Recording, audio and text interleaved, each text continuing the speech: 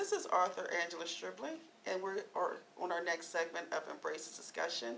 Today's person is Miss Shawnee Craig. Welcome. Thank you. Glad to be here. Good for you to be here. So I'm grateful that we're doing this today, and thank you so much for stopping in. You got any questions for me? I do have questions. First of all, I want to say that this book is a blessing. Thank you. Having grown up with you and your family, I had no idea that all of this was going on. And so I'm grateful that God brought you to the point of writing this book. Thank you. What was the purpose for you in writing this book? When I came back from Charlotte, and of course in the book it tells you about the whole experience that I had there, I was carrying it. It was just something heavy in the pit of my stomach because of all that I had gone through. And through much searching, God led me through the book, to the book.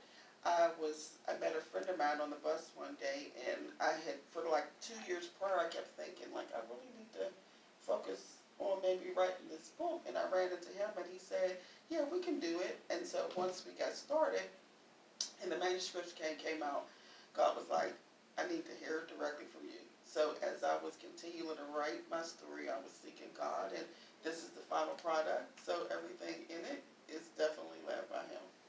Amen. And let's just get to some of the stories that's in the book. I know one part of the book you talked about how you were standing outside with an umbrella, and then a stranger came up to you and started prophesying to you, or tell us a little bit more about that. I know exactly what part you're speaking of. I had just gotten off work, and at the time I was a smoker. So in Charlotte, you had to have these little smoke stations where you can smoke and put out your cigarettes. And I had my earphones in, and I'm holding the umbrella. And this guy walked past. He was a shorter guy, about my height. He walked past with a Santa hat on. And he spoke, he waved, and then he doubled back. And he was like pointing. And I was like, what? And I took off my earphone. He said, I can see Jesus all over you. Wow. And I was like, huh? And I started thinking, I don't know if that was real, but today I know that was a real thing because I feel him. You know what I mean? Okay. I feel him but at that time I wasn't calling on him like I do now. But it is so endearing when you think about it. Yes. He was already following me. He was already there. Starting it. He was already starting it. So, yep. Now, did you get then when that was happening, did you get an inkling like, maybe an inkling that, okay, God's putting people in place, or were you just all over the place, had no idea that this was?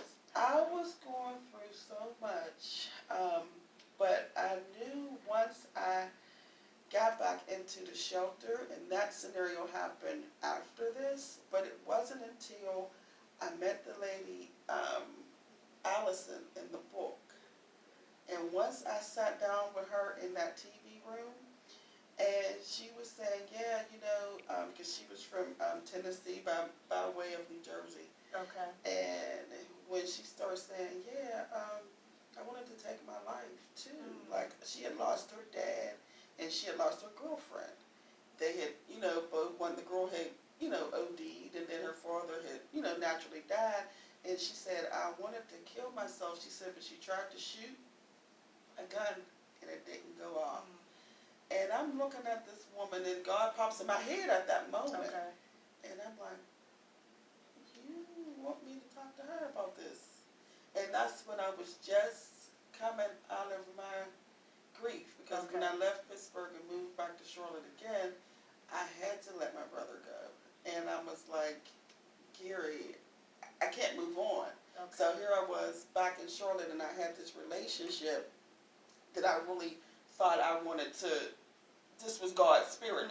He led me to that. But no, God had me come back from Pittsburgh and go back to redirect me to do exactly what He intended for me to do. I was supposed to meet that woman, and we started going to church together, you know what I mean? And like I said, back to God having to take me down to my lowest point. This lady was a white woman with long, stringy hair and tattoos all over her. And, wore, I would have walked past her. what you would imagine No. imagined it to look like. Yeah.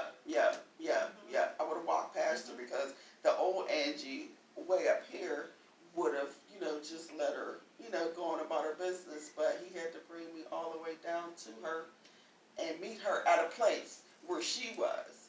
And when I recognized that, I began to recognize, wow, this might be something different. And then being in the shelter and being with the women, and I just really submitted to it. Okay. Because my hairdresser in Charlotte, he told me that. Like when I went and I was exhausted, and he was like, Angela, you're just going to have to submit to his will. And I'm like, what do you mean? Like, and a lot of us don't understand this walk. Right. And once I did that, that's when the shelter scenario came into fruition, and it brought me all the way down. And there was women in there, and I tell you, I don't regret that because it made me so humble. You know what I mean? Yes, It made yes. me meet people at the lowest point, and I could have easily picked up the phone, but I decided to ask God, let your will be done. Whatever Yes. you're doing in this. Because then- it would have been easy to pick up the phone and call for help, but sometimes we can't take the easy way out because we don't learn. We don't learn. We don't learn if we don't take the hard way. Right. And not only that, I'd already left Pittsburgh, so I needed to come back and figure out what I wanted to stay in Charlotte, and I needed to figure out, okay, well, if I'm supposed to stay here and this is the route to get me a place, Yes. then I need to take this route because I needed a job again, and I needed, to get back on my feet again, and I didn't have that person anymore to be there for me. Right, Angie had to do it herself, and I'm actually glad. You know what I mean? Yes, And yes. he brought me out of that situation, and he also brought me back, but he had to take me through that. And I am so grateful because, most people are on this walk, they don't understand that chaos isn't that something's wrong, it's actually God working it out. That's right. So Absolutely. I'm grateful for that experience, and I'm better for it actually because we get caught up in that, so I'm just glad that, he kept me and I lived through it, and I'm here to tell the story.